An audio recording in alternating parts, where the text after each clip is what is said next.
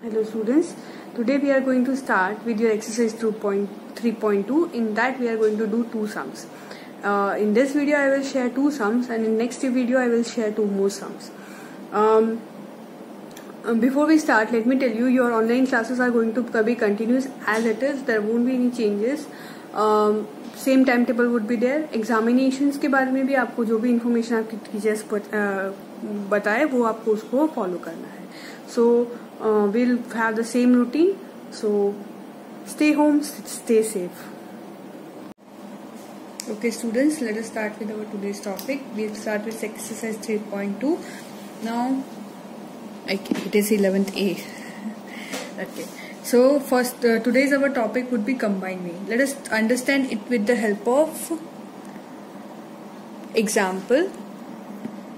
I think now it is clear. Let us understand with the help of one example. For example, two classes are there, 11th A and 11th B. Now here you can say average mark of a student is 70 and in B it is 75 and the number of students are 40 and 60. This is given in the question. For this, अगर आपके average mark 70 है तो if you multiply with the number of students you will get the 2800 as the total marks of this class, है ना. और 60 into 75, 4500 would be the total marks of the second, you can say 11th B. Now the question is, normally we find this x1, this is your mean. Mean कैसे find करते हैं? Mean is equal to 2800 divided by 40. If you are finding out, you can say mean is equal to sigma xi, arithmetic mean 2800 divided by 40, that will be 70. Here it will be 4500 divided by 60, that will give you 75. This is your arithmetic mean. But now we have to find is, what you have to find is combined mean. आपको क्या find करना है? Combined mean. So for combined mean you have to find out mean of A and B both, कि A और B का average क्या है. A का एवरेज 70 है, B का एवरेज 75 है, बट मुझे ये फाइंड करना है A और B का एवरेज क्या है. अब ये दो क्लास है, वैसे 3, 4, 5, 6 कितनी भी क्लास हो सकती है, A, B, C, D, E, इतनी क्लास का क्या है. अब इसका दो का तो आप ऐसे बोल दोगे मैम इसका दोनों का टोटल डिवाइड बाई 2 कर दो. It is you are absolutely right, but then also what is the formula to find out combined mean of more than one group of, you can say, values. तो उसके लिए हम लोग आगे बढ़ते हैं. मैंने आज पहले से लिखा है जिससे हमारा टाइम बच जाए.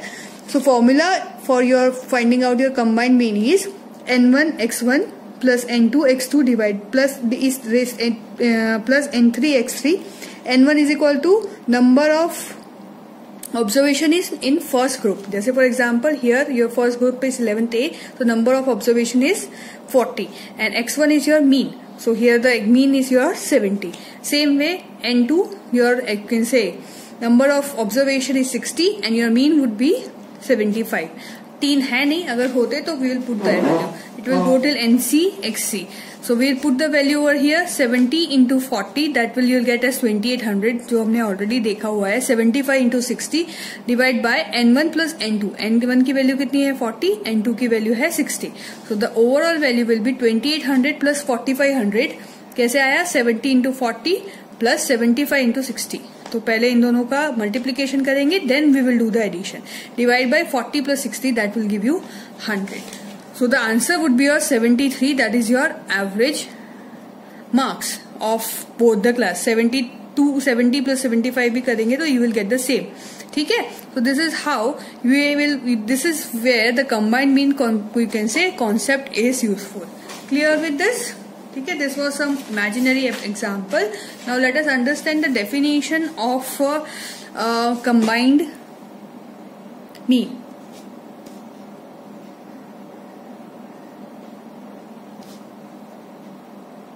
का definition क्या है? If the number of observation and their mean are given for 2 or more groups, the mean obtained by combining all the groups, it is known as combined mean. मतलब दो ग्रुप की mean the हो गई और दो group के observation की जब वैल्यू दी है तो when we combine those groups and find out the value of all the groups together, mean, that is known as combined mean and it is denoted by XC. I hope it is clear. Yes, it is clear. So it is XC. So XC की value आपकी क्या रहेगी? Formula क्या है? n1 मैंने हमें आगे देखा, n1 x1 plus n2 x2 divided by n1 plus n2 till nc. n1 plus you can say x1 n1 का मतलब क्या होता है, number of observation in group 1।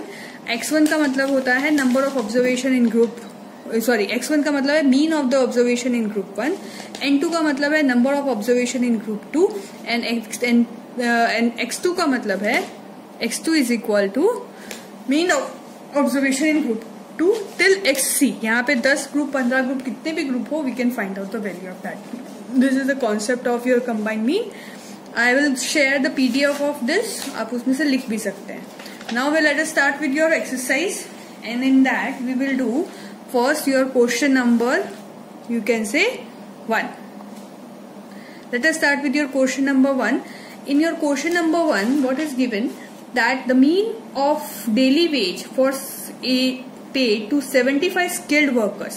75 skilled worker, that means your N1 is your 75, and you can say, एक minute से cover कर लेने दो, हाँ ओके। एंड x1 की जो वैल्यू है, इट इज गिवन 280, ठीक है, it is 280, and mean wages of 125 unskilled workers, that means n2 is equal to 125, and x2 की value it is given as 150।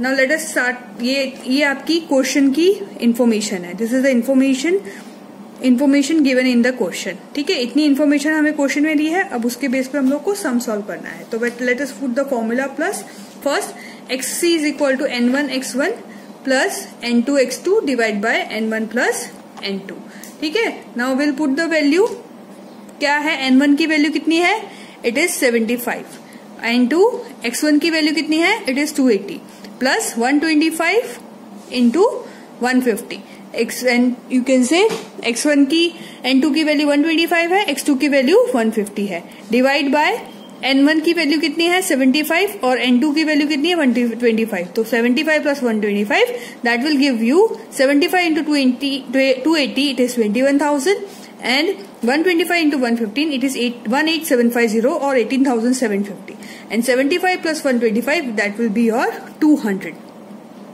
That will be your 200, ठीक है। Now will move further, so 39,750 divide by 200, that will, you can से 21,000 plus 18,750, दोनों को plus करेंगे, addition होगा उसका, that will give you 39,750 divide by 200, the answer will be your, if you do it on your calculator, it is 198.75. So the daily wages of workers is 198.75. Clear with this question number 1? If you have difficulty, अपने आप solve करना, और नहीं आए तो मुझे पूछना, ठीक है। Now will move on to your question number 4, because question number 3 and 4, sorry 2 and 3 they are of weighted mean, वो हम लोग नेक्स्ट उसमें क्लास में कवर करते हैं। So here in your question number 4 it is the sum of, you can say missing frequency. Missing frequency का sum है, थोड़ा डिफरेंट है, पर उसमें कोई इश्यू नहीं है, ठीक है। So the value over here, यहाँ पर दिया है कि n1 it is given that the mean marks of students in 7 theory papers, so that is your papers कितने हैं 7, so it is 7 papers is 62, x1 की वैल्यू कितनी है 62, and what would be the mean of 3 practical exams, that is n2 is equal to 3, x2 नहीं दिया है, when your xc that the mean marks of the entire exam is 68. XC की वैल्यू क्या दी है 68, तो you have to put the value, let us put the value in your formula. Formula क्या है आपका, XC is equal to n1 plus x1 plus n2 plus x2 divide by n1 plus n2. Now we'll put the value, यहाँ पर मैंने थोड़ा गलत किया था, मैंने इसको कर दिया 68 is equal to 7 into 62 plus 3 into x2. Now x2 is your missing frequency, ये क्या है आपका मिसिंग फ्रीक्वेंसी और मिसिंग वैल्यू है, वो हमको फाइंड करनी है, ठीक है। Divide by 7 plus 3, okay. So will move further, that will become 68, 7 into 62 will be your 434, 3 into x2, तो वो 3x2 यहाँ पर रख देंगे, x bar 2 divide by 6, 7 plus 3, this is 7 plus 3, it is 10, okay. So the overall value, अब जो ये 10 है, 434 प्लस 3x2, 10 आपका कॉमन है, इन दोनों का common you can say division है, उसको हम लोग अदर साइड ले जाएंगे. So here you can say when we will put it on the other side, division will turn into multiplication. तो it will be 68 into 10. Division होगा तो multiplication में जाएगा, माइनस होगा तो प्लस हो जाएगा, प्लस होगा तो माइनस होगा, वाइस वर्सा. ठीक है. तो 68 into 10 is equal to 434 into 3x2. x bar 2 actually 3x bar 2. So we'll move further. That will be 68 into 10 will be your 680. 680 plus is equal to 434 plus 3x2. ठीक है. Now we'll move further. ये जो है 434 we will take on the other side. मैंने क्या बोला था, from here if we'll take on the other side then it will be 680 plus का क्या हो जाएगा माइनस. तो it will be 680